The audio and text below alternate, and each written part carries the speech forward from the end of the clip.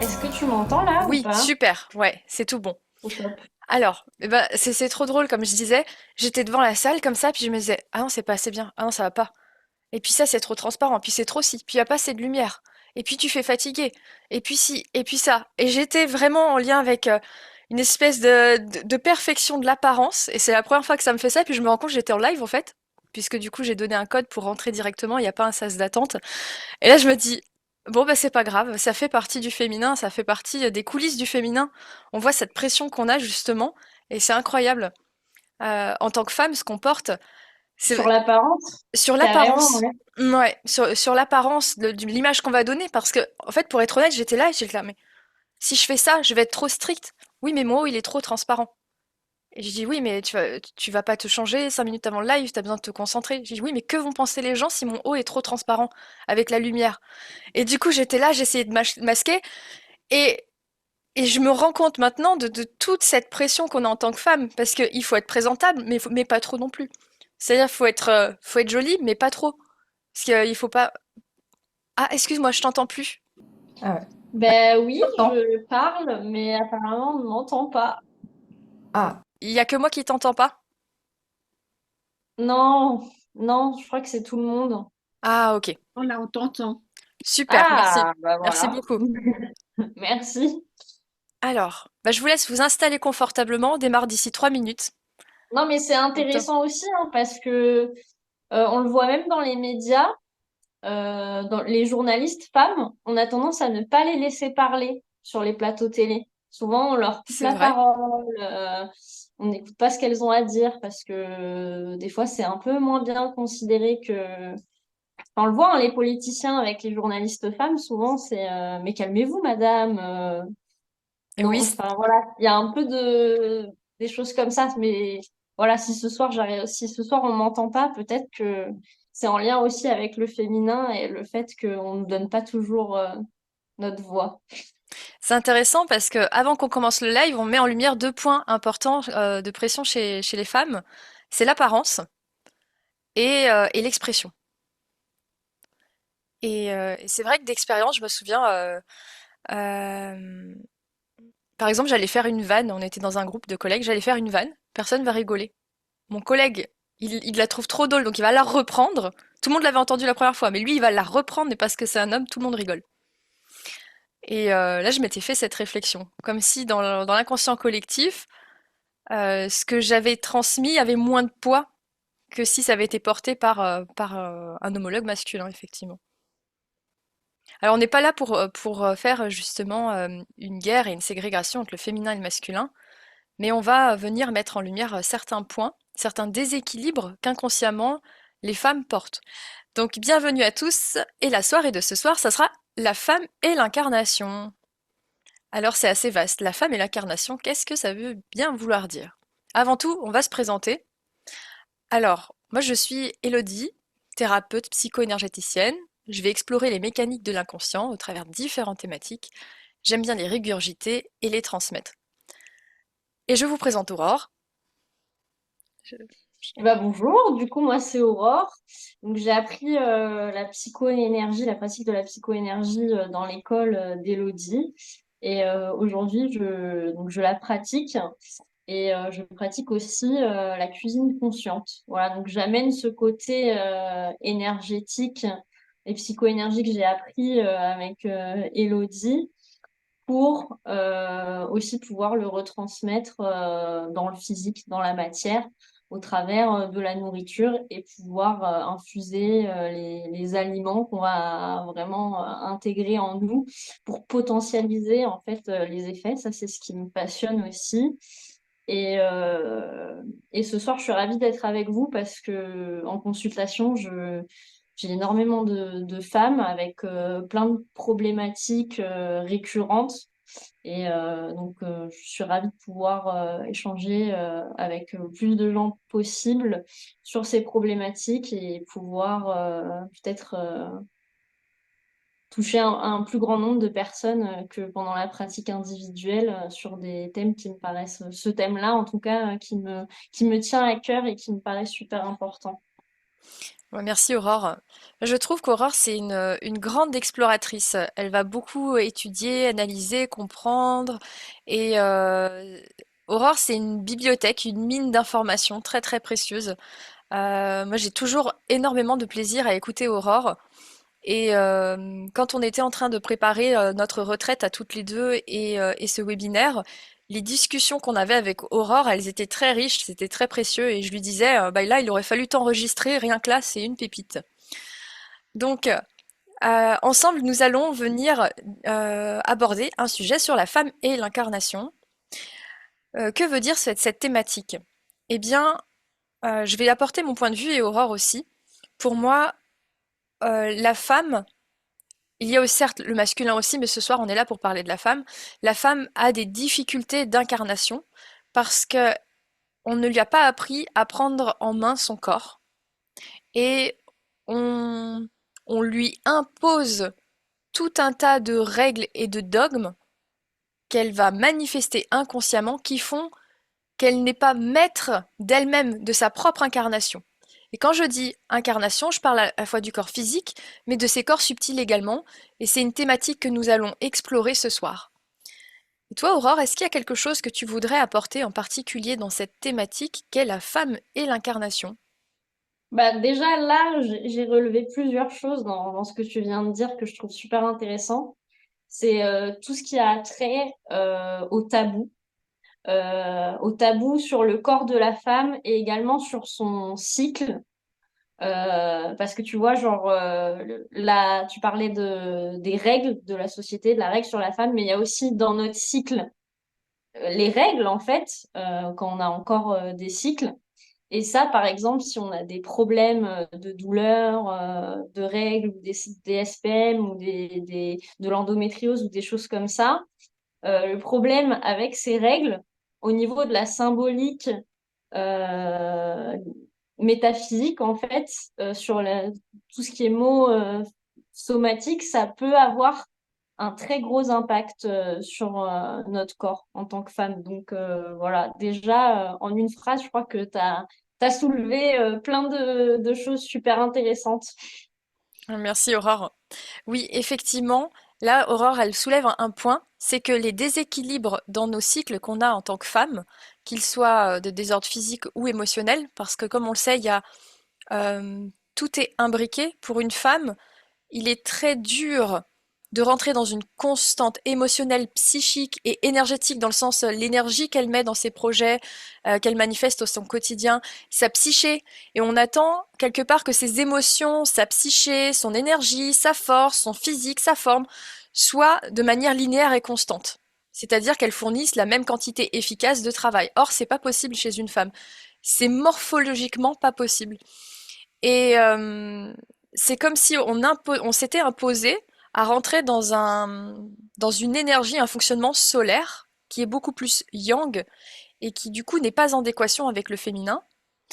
Et on nous a entraînés à culpabiliser de ne pas être adaptés à ce fonctionnement assez yang. Parce qu'on n'a pas pris en compte notre bioénergie et notre mécanique. Et donc on est formaté déjà depuis toute petite, mais surtout dans le transgénérationnel, et par l'inconscient collectif, à culpabiliser. On est des machines à culpabiliser. Et comme l'a dit Aurore, il y a tout un tas de tabous. C'est-à-dire que ça va être tabou, que c'est pas normal ce n'est pas anormal justement notre fonctionnement.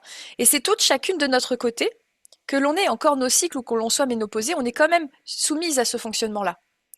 Et chacune de notre côté, en fait, on va venir culpabiliser de se sentir, excusez-moi du terme, comme une merde, parce que c'est vraiment comme ça hein, qu'on peut se sentir comme une merde, c'est le mot qu'on peut poser dessus, de se sentir comme une merde, pas efficace, qu'on aurait dû faire mieux, qu'on n'y arrive pas, etc. Mais une femme, on est vraiment soumis à nos propres cycles, au cycle de la lune, au cycle des saisons.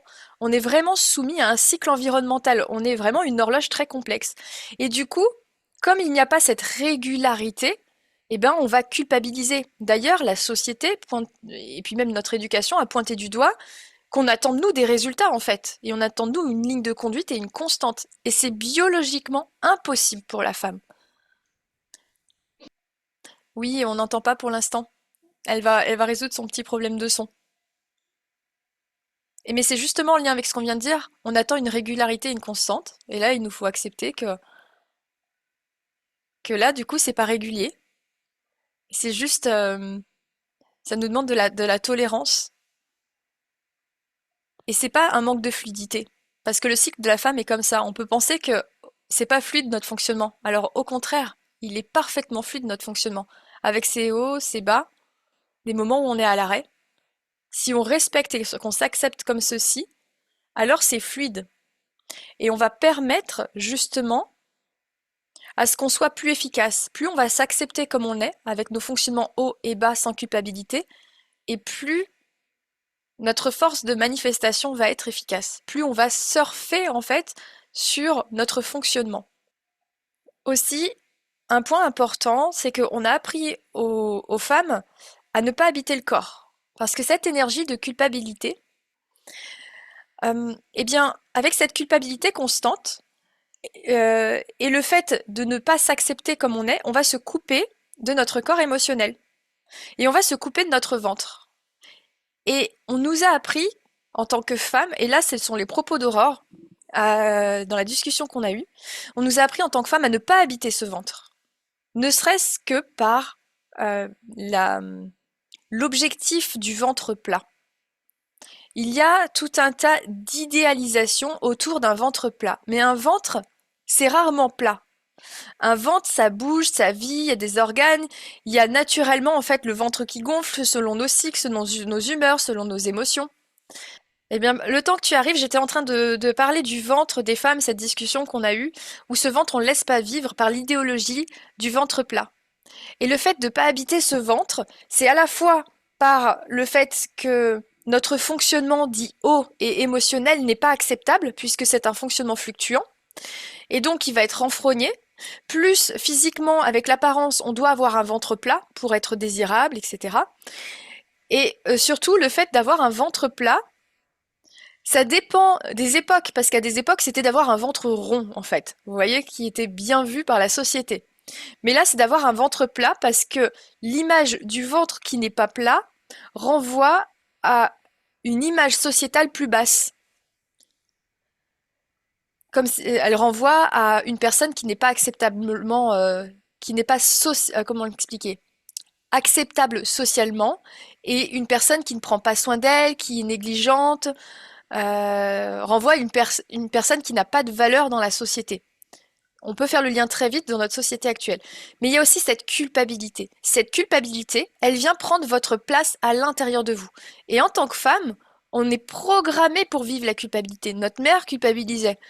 Les femmes, depuis des générations, culpabilisent. On a été programmé depuis toute petite à culpabiliser.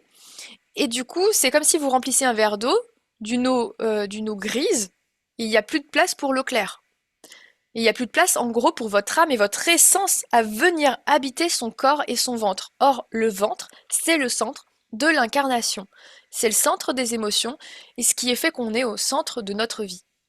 Et il y a un autre point aussi. Ensuite, je vais laisser la parole à Aurore, puisqu'elle a plein de choses à nous partager dessus. C'est notre bassin. Notre bassin, on vient pas souvent l'habiter, ce bassin. On n'est pas posé dedans. Or, dans notre bassin, il y a notre sécurité. C'est ici qu'on vient se poser en soi. On a pris l'habitude à se déconnecter de notre bassin et de notre corps. Et en tant que femme, on s'en rend pas compte. On est coupé du ventre et on est coupé de notre bassin. On est coupé de notre bassin parce que on nous a appris à être disponible pour l'extérieur et pas pour notre intérieur. Ce qui fait que nous, en tant que femmes, on n'habite pas assez notre intérieur. Et qui plus est, il y a d'autres situations où il y a des mémoires que nous portons d'invasion de notre intérieur, d'intrusion, que ce soit nous qui l'ayons vécu ou que ce soit nos ancêtres. Je ne veux pas m'avancer à vous sortir des chiffres qui n'ont pas pu être vérifiés, c'est que ma propre expérience, mais je constate que les femmes qui sont amenées à moi, toutes portent des mémoires d'abus, d'intrusion, d'agression. Ça ne veut pas forcément dire abus sexuel, hein, mais il y a vraiment une notion d'abus et d'emprise que la femme a subie, et ces mémoires, on les retrouve dans le bassin. Donc l'eau grise ne va pas laisser place à l'eau claire, la conscience et l'âme de la femme va avoir des difficultés à s'incarner dans son bassin, elle va avoir des difficultés à trouver sa propre sécurité. Donc il y a ces deux points que je soulève qui empêchent la femme d'habiter son corps. Trois, c'est la culpabilité, d'avoir un ventre plat, c'est les mémoires qu'elle porte d'abus et d'intrusion. Et puis j'en ai exposé un mais qui me revient plus maintenant. Est-ce que Aurore, tu aimerais rajouter quelque chose sur ce sujet, sur le ventre de la femme et sur son bassin? Ah bah dans tout ce que tu as dit, il y a plein de choses qui me parlent. Ça coupe encore. Elle a plein de choses intéressantes à nous dire, Aurore. Et mais vous savez, mais oui, je sais que tu as plein de choses à dire en plus. C'est ce soir en direct sur ce plateau, eh bien, on vit pleinement le... les brimes du féminin. Ça peut être des auto-saboteurs, c'est-à-dire que nous, si on porte la mémoire en tant que femme que la femme ne peut pas s'exprimer, on va attirer la situation où on va se faire couper la parole, où notre micro coupe et on va pas pouvoir s'exprimer. On a le rôle important de la femme pour qu'elle puisse, pour que l'âme puisse vraiment être présente dans le corps et retrouver sa sécurité, pour pouvoir se connecter à elle et sentir qui l'on est en tant que femme, c'est réhabiter son ventre et réhabiter son bassin. Et pour réhabiter le ventre et réinvestir le bassin, il nous est demandé de partir à la chasse aux sorcières. Mais cette fameuse chasse aux sorcières, c'est la chasse aux vilains comportements. Quand je dis les vilains comportements, c'est sans les blaser, sans les blâmer, c'est-à-dire notre comportement de culpabilité et la fuite de nos émotions. Il nous est proposé de bien s'installer dans notre ventre, quitte à ce que ce ventre y prenne la place et de venir accepter pleinement notre culpabilité. Imaginons, on avait des objectifs, on ne les a pas atteints, parce que souvent les femmes ont tout un tas d'objectifs, on n'a pas atteint ces objectifs. On va avoir des mécanismes inconscients qui vont nous pousser à culpabiliser, à nous sentir mal, à avoir la sensation que nous sommes fautives, et sans nous en rendre compte, eh bien, nous quittons notre corps. Il va nous être proposé déjà d'habiter son ventre, de lui laisser prendre la place et d'accepter la situation telle qu'elle est. Lorsque nous acceptons la situation telle qu'elle est, nous traversons la rivière de la honte et de la culpabilité. On n'avait pas posé ces mots dessus avant. On n'avait pas posé ce mot « je ressens de la honte et de la culpabilité ». Nous allions plus venir observer nos pensées, ces pensées fardeaux, ces pensées limitantes qui font qu'on ne lâche pas prise. On va essayer de mieux faire, etc. On va avoir des pensées qui tournent en boucle. Parce que nous avons tellement pris l'habitude de quitter le corps que nous n'avons pas observé que nous ressentions de la honte et de la culpabilité. Donc premièrement, on se pose dans ce ventre et on vient pleinement accepter ce qu'on ressent. Un mélange de honte et de culpabilité en fait. On n'a pas besoin de mettre le mot dessus, mais je vous dis ce qu'il en est. Un mélange de honte et de culpabilité. Et puis d'accepter la situation telle qu'elle est. Et ben voilà, j'ai pas été efficace aujourd'hui. Et vous allez voir ce que ça vous fait d'accepter que vous n'avez pas été assez efficace. Et le fait d'accepter cette inefficacité, parce que là on est sur le thème de l'inefficacité, mais il y en a pour tous les goûts en fait si vous voulez, le fait d'accepter cette inefficacité fait que vous venez vider l'eau grise de la culpabilité et vous la remplissez de l'eau claire qui est le flux de votre âme. Et ainsi vous commencez peu à peu à vous incarner.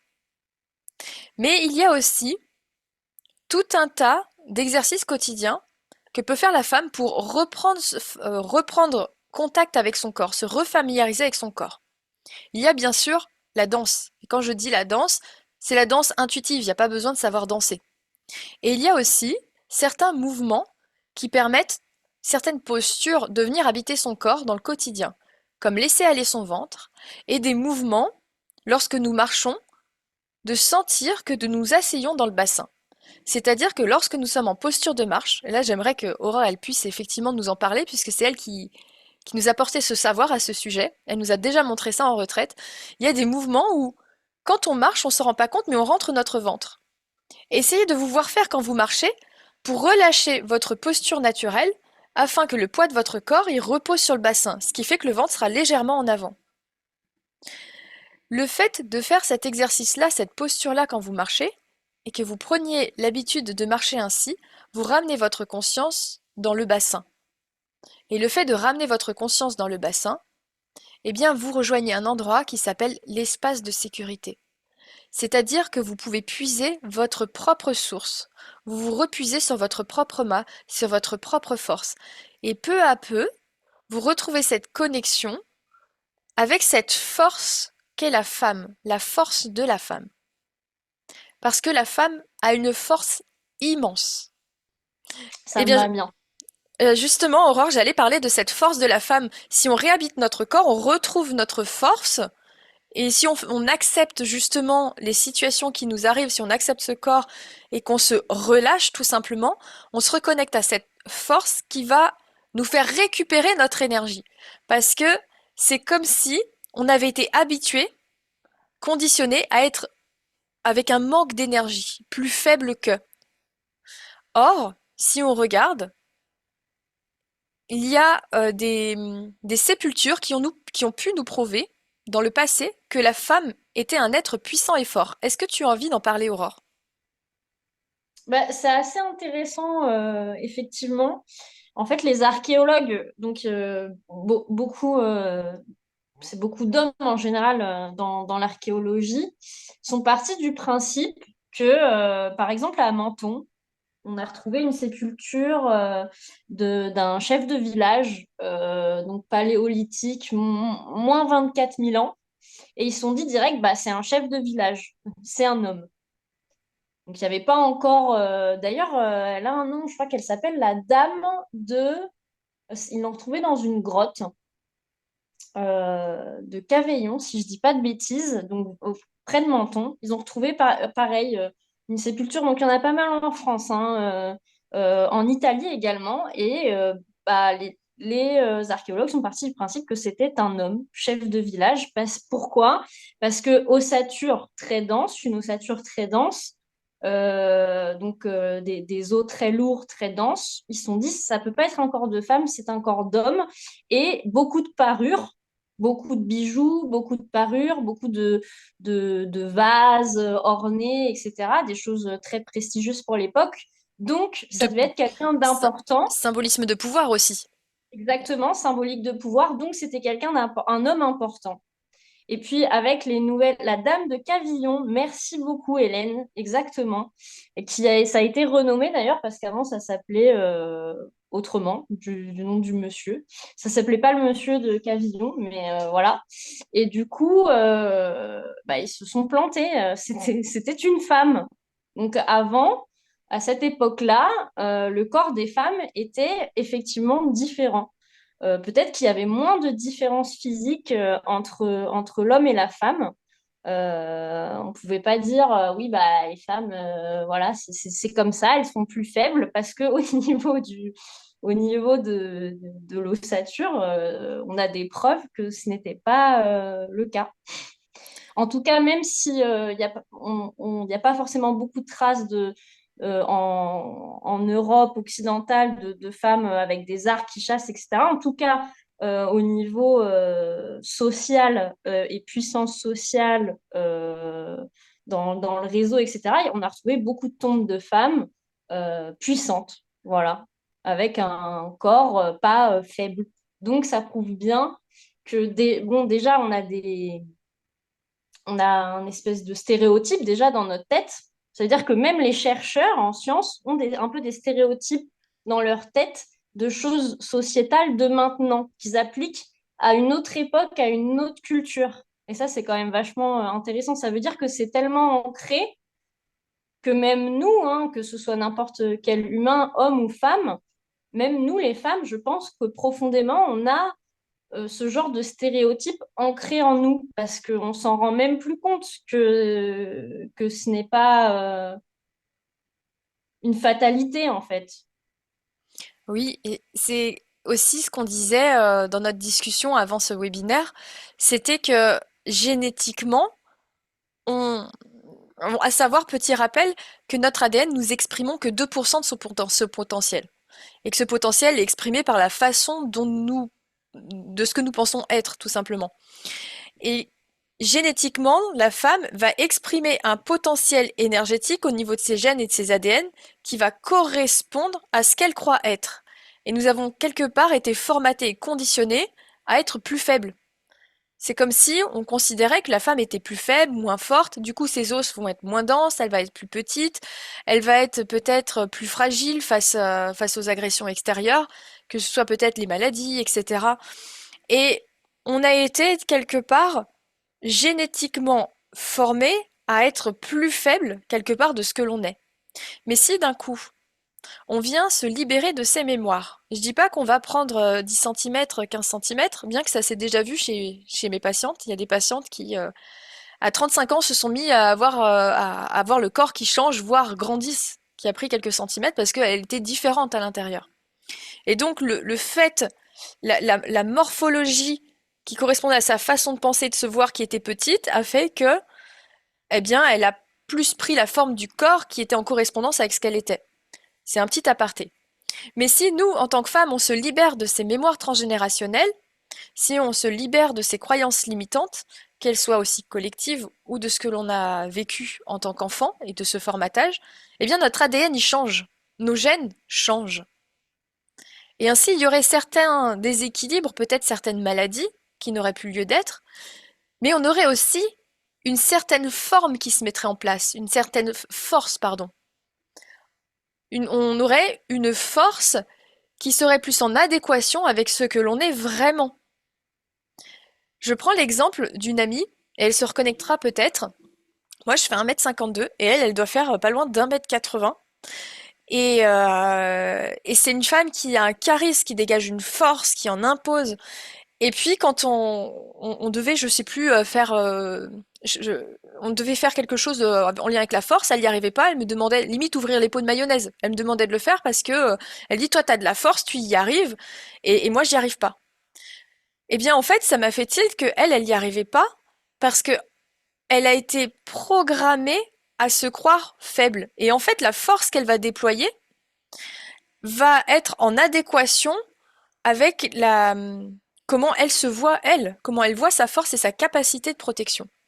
Mais si d'un coup, nous, en tant que femmes, on se libère de ces mémoires et de ces croyances, notre ADN et nos gènes vont changer. Quand nos ADN et notre gène changent, c'est notre corps qui change. Mais c'est aussi nos flux d'énergie qui vont changer. C'est-à-dire que le thymus va être peut-être plus fort, le cœur aussi va être peut-être vibratoirement plus fort, on va avoir plus d'énergie, on va avoir aussi une force physique peut-être plus grande. Et puisqu'on va sentir comme une vitalité, une force de vie plus grande à l'intérieur de nous, bah peut-être qu'on va sentir plus de sécurité, plus de confiance, et notre forme de manifestation, elle va être peut-être plus grande. Vous voyez? Est-ce que tu voulais rajouter quelque chose, Aurore, à ce sujet? Bah, il y avait plein de choses qui me parlaient dans ce que tu avais dit, notamment sur le fait des tabous de la société dont on parlait tout à l'heure, de se poser dans son ventre. Euh, En fait, c'est super intéressant. On voit quand même que c'est pas mal ancré, cette histoire du ventre plat. Et même autour de notre cycle, je sais pas si, enfin, c'est sûr que vous avez déjà toutes expérimenté ça, que ce soit même les hommes, vous avez déjà vu par exemple à la télé, pour illustrer le tabou. Ça commence à changer, donc ça c'est assez appréciable, mais pour les publicités, pour les serviettes hygiéniques, tu sais, tu vois la publicité de la serviette hygiénique où on fait couler le liquide bleu, Oui, on peut même pas assumer, en fait, tout le monde le sait. Je veux dire, il y a 4 milliards de femmes sur Terre. Enfin, la moitié de la population, plus de la moitié de la population, c'est des femmes. Mais on peut même pas assumer dans la société leur cycle et leurs règles. Et ça, quand on en prend conscience, c'est quand même totalement fou. Et quand on regarde dans l'histoire de France, enfin, ou de l'histoire d'Europe, à partir de l'Antiquité, les règles sont considérées comme impures. Et par extension, à l'arrivée, après l'arrivée du christianisme plutôt au XIIIe siècle, on voit bien le mythe d'Adam et Ève, etc. Bon, c'est carrément la femme qui devient impure et on prête carrément à la femme et au pouvoir des règles des pouvoirs maléfiques. Donc tu hmm, vois, au niveau transgénérationnel, au niveau égrégorique, au niveau sociétal, tout l'héritage qu'on scoltine. C'est quand même énorme à nous derrière si on a envie de faire le travail. Donc, à Mais partir du XIIIe siècle, on est considéré. euh, En Égypte, c'est assez intéressant parce que la femme et l'homme sont considérés comme complémentaires et égaux. En Grèce antique, ils partent du principe que notre cycle est quand même pas mal ancré dans la société parce qu'aujourd'hui, on ne se rend pas compte.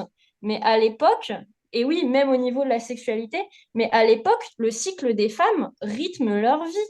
Il n'y a pas de pilule, de tralala et tout. On ne peut pas sauter les règles. C'est que tu as tes règles, ça veut dire que tu n'es pas enceinte. Tu n'as pas tes règles, ça veut dire que potentiellement tu portes la vie. Donc, c'est pas la même manière de vivre. À l'époque, on est plus connecté à ce cycle parce qu'il rythme carrément nos vies en tant que femmes.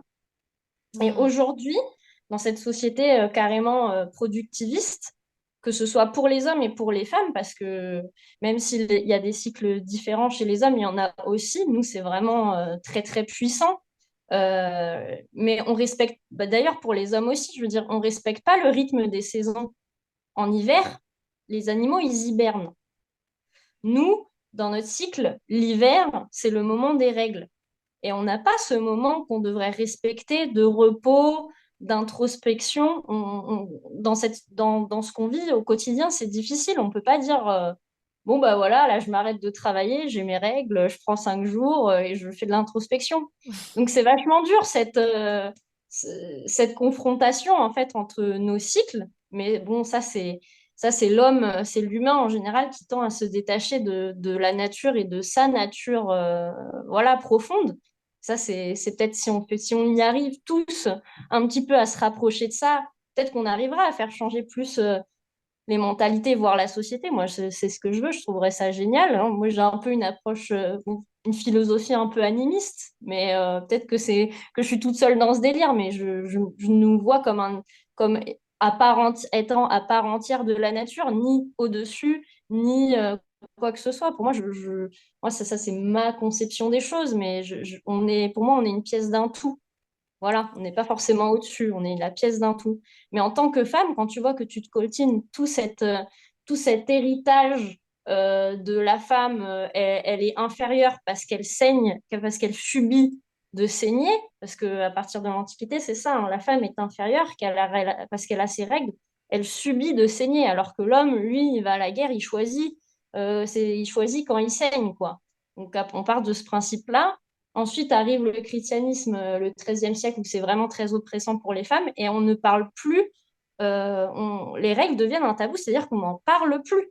La femme devient maléfique, une séductrice, voilà, la sorcière, la chasse aux sorcières commence, etc. Et c'est hyper intéressant parce que avant cette époque-là, moyenâgeuse, les femmes avaient des protections hygiéniques. En Égypte, on a retrouvé des tissus de chanvre enroulés pour servir de tampons, en Grèce antique aussi.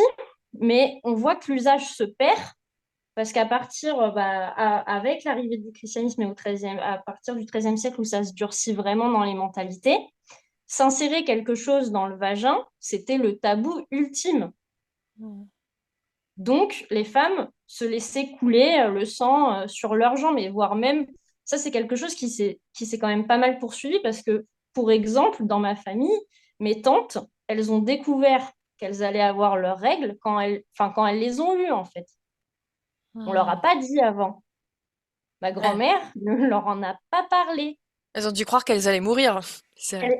Ma tante a cru qu'elle allait mourir, ouais, qu'elle était Ouais. en train de mourir, qu'elle avait une hémorragie et que voilà.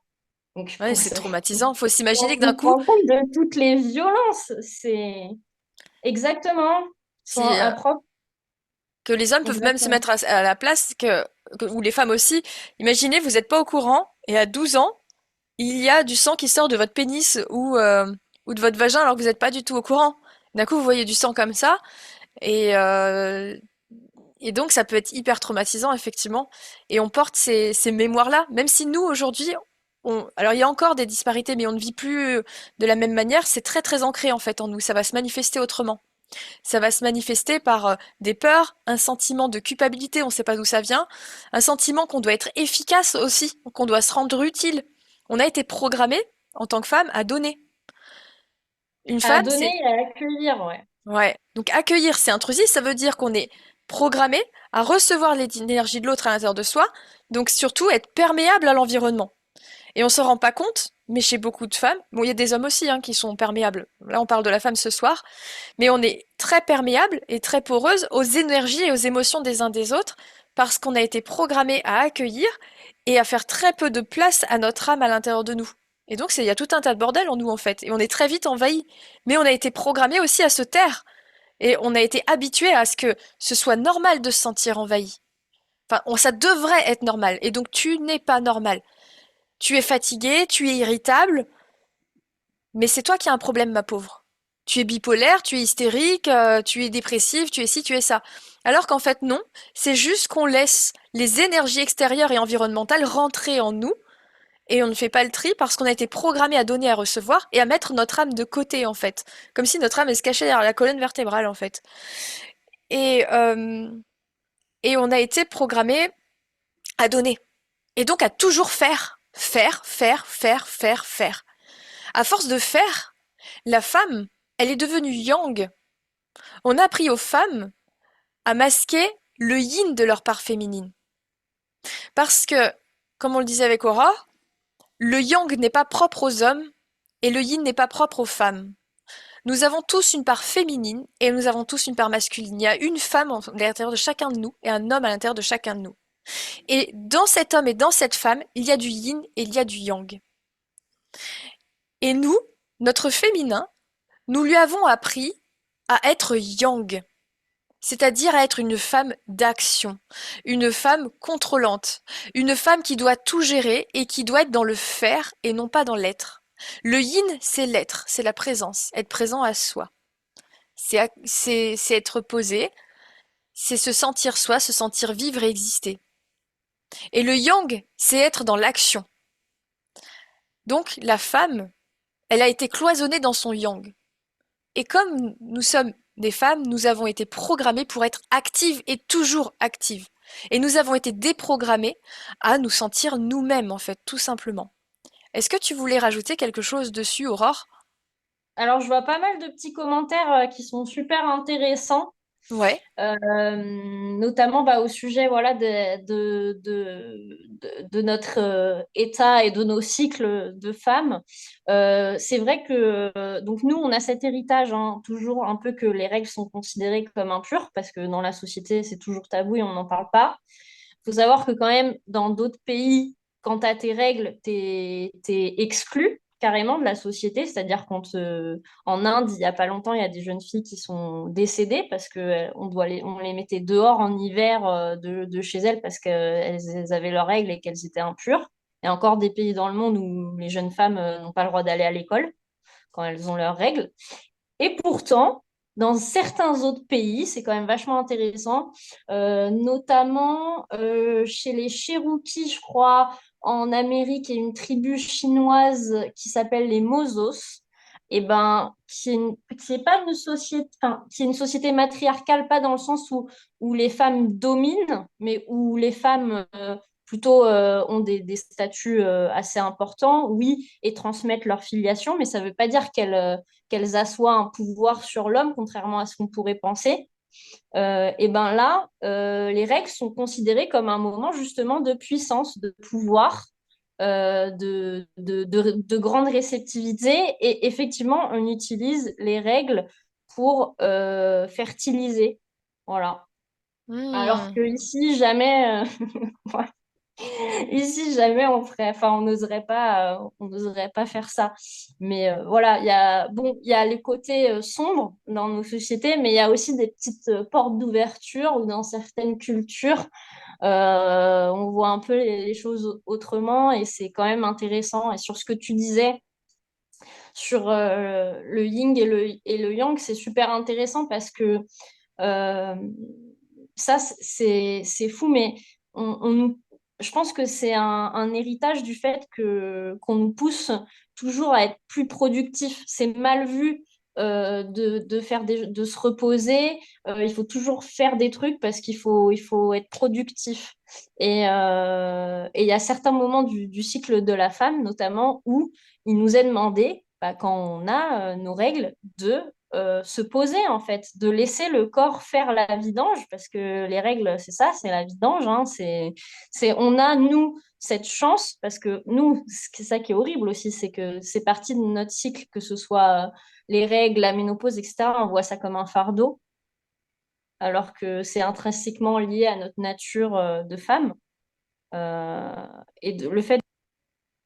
Ah, ça a coupé Aurore. Ça a coupé à nouveau.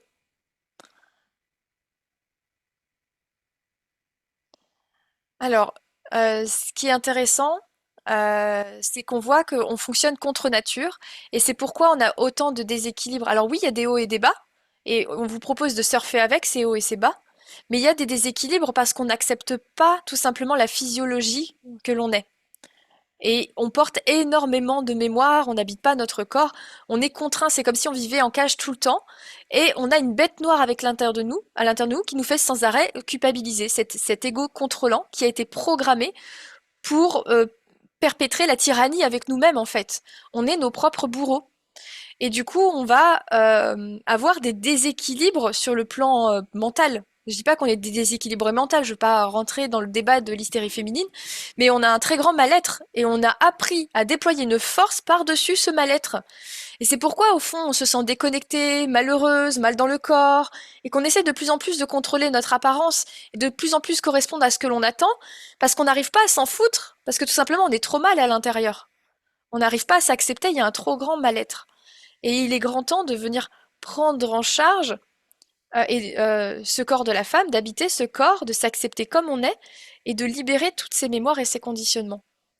On vous proposait une petite expérience ce soir pour les hommes et pour les femmes.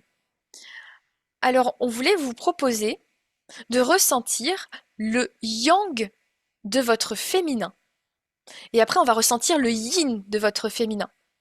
Comme on le disait avec Aurore, à ne pas confondre, le yang n'est pas du masculin, et le yin n'est pas le féminin. Notre part féminine, que l'on soit un homme ou une femme, elle a du yang et elle a du yin. C'est deux polarités d'énergie. Et donc je vous propose, messieurs et mesdames, si vous le désirez, ça va pas durer longtemps, de venir ressentir le yang de votre féminin. Regardez comment il est. Peut-être qu'il prend beaucoup de place et il peut être un peu intimidant pour certains. Auquel cas, acceptez comme il est. Et c'est justement l'équilibre de votre yin, qui peut être peut-être très effacé, très doux, très éthéré, très dans les nuages, si ça se trouve pour certains, cet équilibre des deux qui fait que vous êtes cette personne et vous fonctionnez correctement. Vous allez peut-être voir justement que la part du gâteau, la part liée à votre incarnation, elle est peut-être plus en lien avec le yang de votre féminin, et que le yin, au contraire, il est très peu là. C'est peut-être une énergie que vous avez très peu mise au devant de la scène. Alors je vous propose d'en faire la découverte, de vous poser, de vous asseoir, de retourner vos mains paumes vers le haut et de poser vos mains pour ceux qui désirent faire l'expérience. Vous allez dans un premier temps ressentir ce qui se passe dans votre corps.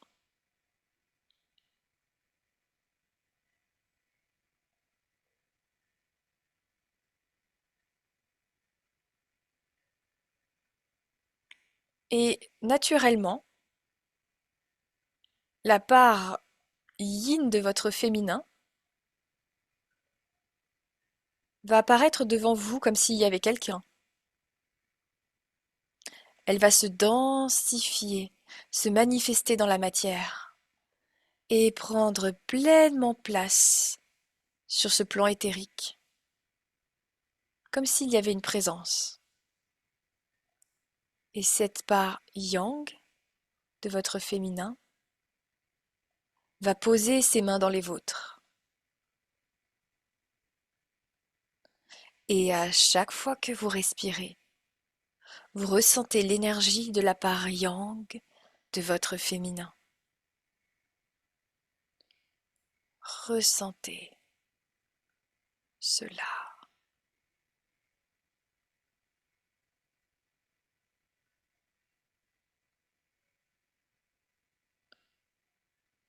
Ressentez cette force que vous avez.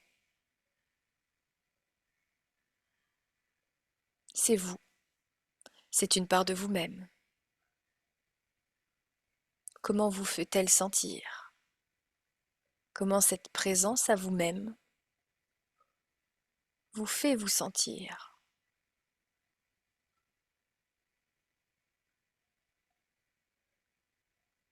Peut-être la reconnaissez-vous? Vous reconnaissez-vous peut-être?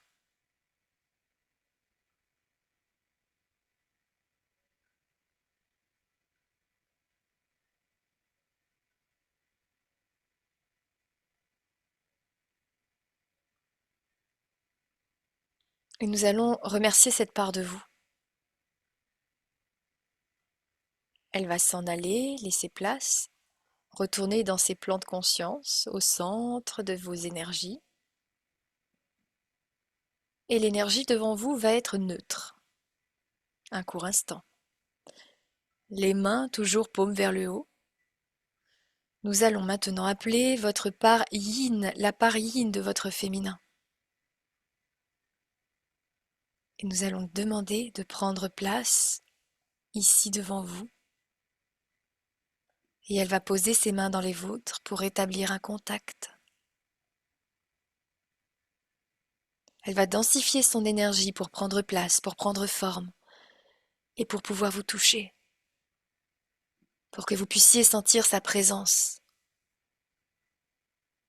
Et à chaque fois que vous allez respirer, vous allez ressentir la part yin de votre féminin, cette autre facette de la femme qui est en vous.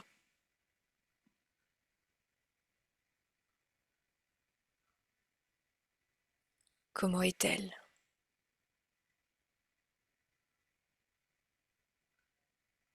Comment vous fait-elle sentir?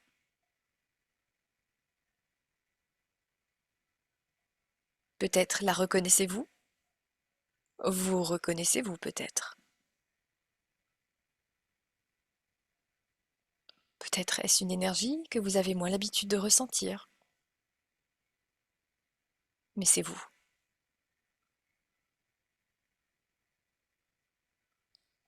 Et nous allons maintenant appeler à nouveau la part yang de votre féminin et elle va se mettre aux côtés de votre part yin, comme s'il y avait deux présences face à vous.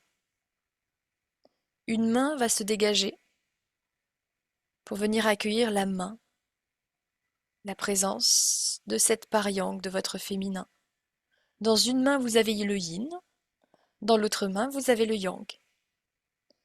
Deux personnes sont face à vous.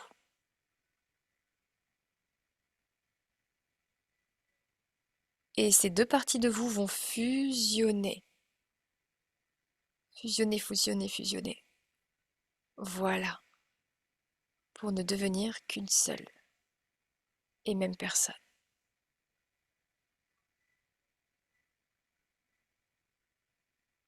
Ressentez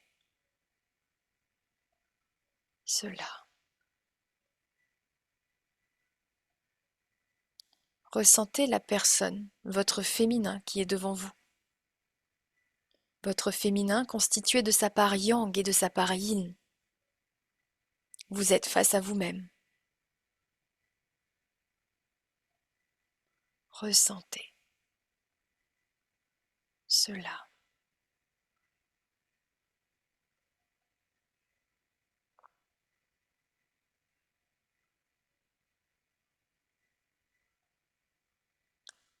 Et ce féminin va revenir peu à peu à l'intérieur de vous, fusionner avec ce que vous êtes. Ce féminin va prendre place en vous. Ressentez cela. Respirez cela.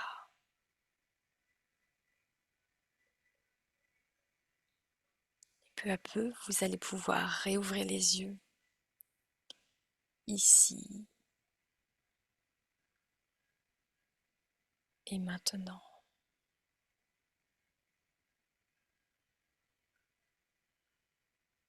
Nous avons voulu vous faire vivre l'expérience de votre féminin, observer ses facettes, le rencontrer, que vous soyez un homme ou une femme, voir ce féminin, faire l'expérience de celui-ci, de cette part de vous. Si celui-ci était triste, brimé, effacé, ne vous inquiétez pas, il vous est proposé de l'accepter comme il est. Notre féminin porte beaucoup de blessures. Nous avons beaucoup parlé du corps de la femme, mais en chaque homme il y a une femme. Et cette femme qui est en chaque homme porte aussi ses mémoires tout autant. Et c'est ainsi pourquoi les hommes peuvent avoir des difficultés à exprimer leur part féminine. Un déséquilibre que nous allons retrouver au travers de nos relations entre chacun. Avec Aurore, nous vous proposons une retraite pour vous accompagner au travers de ce féminin, libérer ces fameuses mémoires, venir vous reconnecter à votre ADN de femme, de ce qu'est vraiment une femme. Nous allons vous aider à venir habiter ce corps, à venir habiter ce bassin et libérer ce bassin de toutes les émotions qui sont stockées en cet endroit, qui empêchent la femme d'habiter ce bassin. Nous allons vous accompagner à vous reconnecter à cette puissance de votre féminin.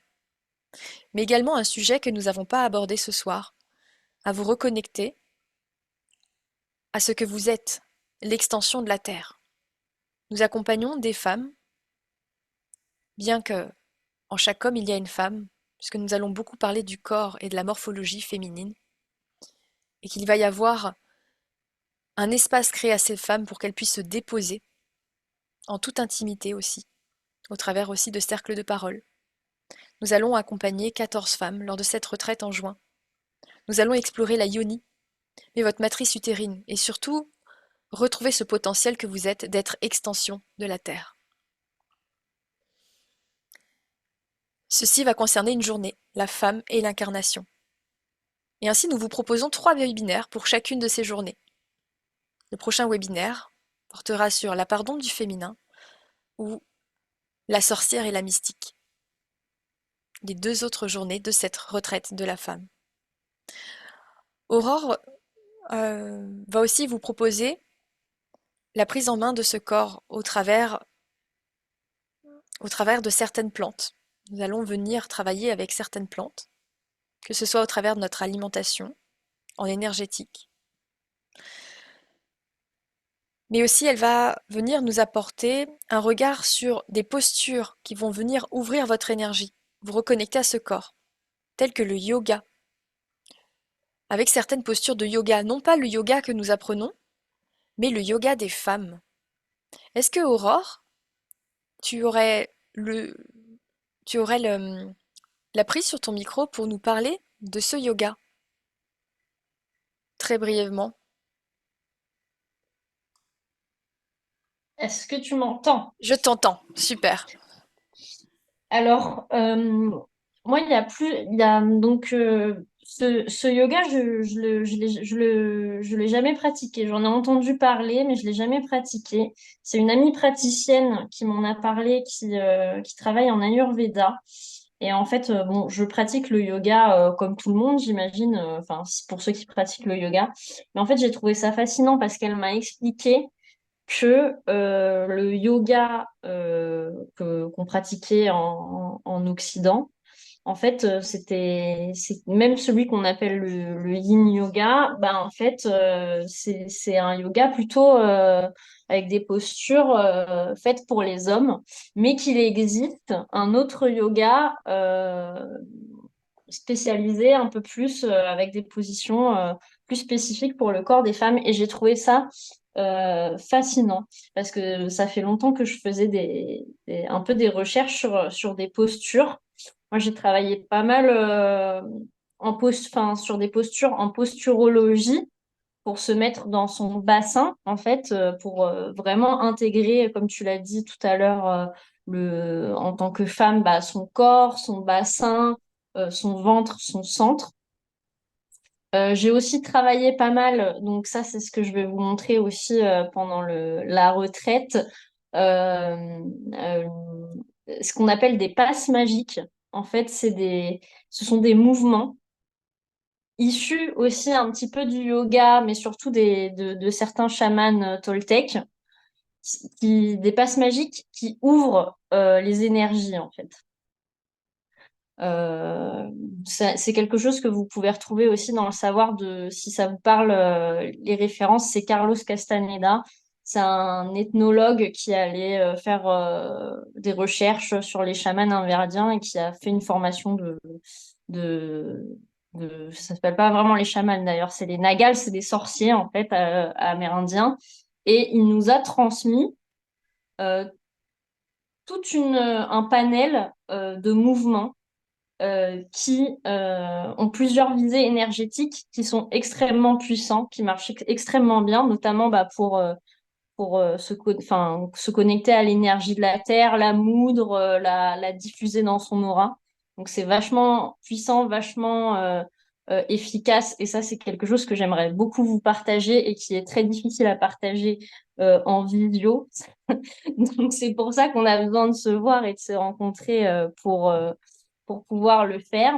Et qui sait, si j'arrive avec mon amie praticienne à découvrir ce yoga féminin, pourquoi pas vous partager, pourquoi pas vous partager aussi cet élément-là. Ah, merci Aurore, merci pour toutes ces précisions. Et au cours de cette journée de retraite, nous allons utiliser, enfin nous allons vous accompagner aussi avec beaucoup de méthodes telles que la psychoénergie, beaucoup. Nous allons aussi venir travailler le souffle. On va venir, au travers de la technique de la respiration, venir libérer des mémoires traumatiques profondes. C'est pourquoi nous avons besoin d'être deux et d'avoir un tout petit groupe parce que ça peut être très fort et très puissant et nous avons vraiment besoin de pouvoir vous accompagner au mieux, que vous sentiez dans un espace de sécurité. Pour libérer toutes les mémoires du bassin, nous allons travailler aussi le mouvement du corps, tel que la danse, même si vous avez jamais dansé. Justement, comme on n'est pas là pour juger, on va être là pour reprendre contact avec ce corps. Et nous allons faire des techniques de danse et de mouvement du corps qui vont permettre de venir libérer des espaces à l'intérieur de vous-même. C'est-à-dire comme s'il y avait des bouts de vous que vous avez laissés sur la route et on va venir les retrouver en réoccupant certains espaces du corps. On va venir libérer des mémoires traumatiques en lien avec vos ancêtres, on va travailler la lignée, le transgénérationnel. Et nous vous attendons aussi avec la marche en conscience. Nous allons nous aider d'un lieu magique dans lequel nous allons être, en montagne, où nous allons effectuer des connexions avec la terre et nous allons utiliser la marche consciente aussi. Et il va y avoir une rencontre aussi avec l'animal. Et l'animal qui va nous accompagner, c'est la vache. Nous allons être directement, lors de cette journée, en contact avec la vache qui représente la part animale, le corps, mais qui représente aussi la mère. Elle a une énergie, nous allons travailler avec les animaux hein, concrètement, mais aussi avec l'esprit animal de la vache qui va nous accompagner durant toute cette journée. Ah, juste à la fin, est-ce que vous m'avez entendu parler de la vache? Oui. Ah, super, D'ailleurs, bah, dans j'ai la tout dit. symbolique, franchement, on est pile poil dedans, hein, parce que quand tu fais un peu la corrélation avec la manière dont on traite la vache et la manière dont on traite la femme, là, on est quand même au niveau de la symbolique, c'est quand même très, très puissant. Et ouais, non, c'est vrai. Et on va se connecter vraiment à ce qu'est la vache pour de vrai. Il y a la manière dont on la traite, mais elle va nous montrer ce qu'elle est, ce qu'elle C'est vrai, rayonne. ouais. Et ça va nous permettre de nous reconnecter à une part de nous, en fait, aussi, la vache. Donc il y aura ce contact avec l'animal au cours de cette journée. Il va y avoir deux autres thématiques pour ces webinaires. Vous avez reçu un mail avec les prochaines dates. Et ces deux thématiques seront en lien avec les deux autres journées de ces stages-là.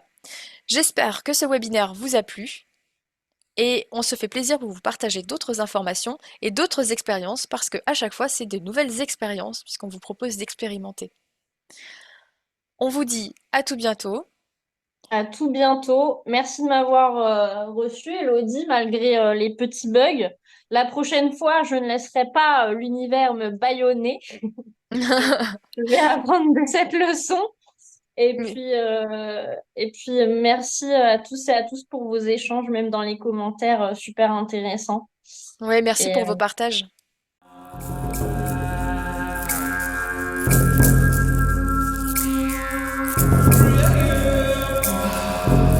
What the Sagastaran?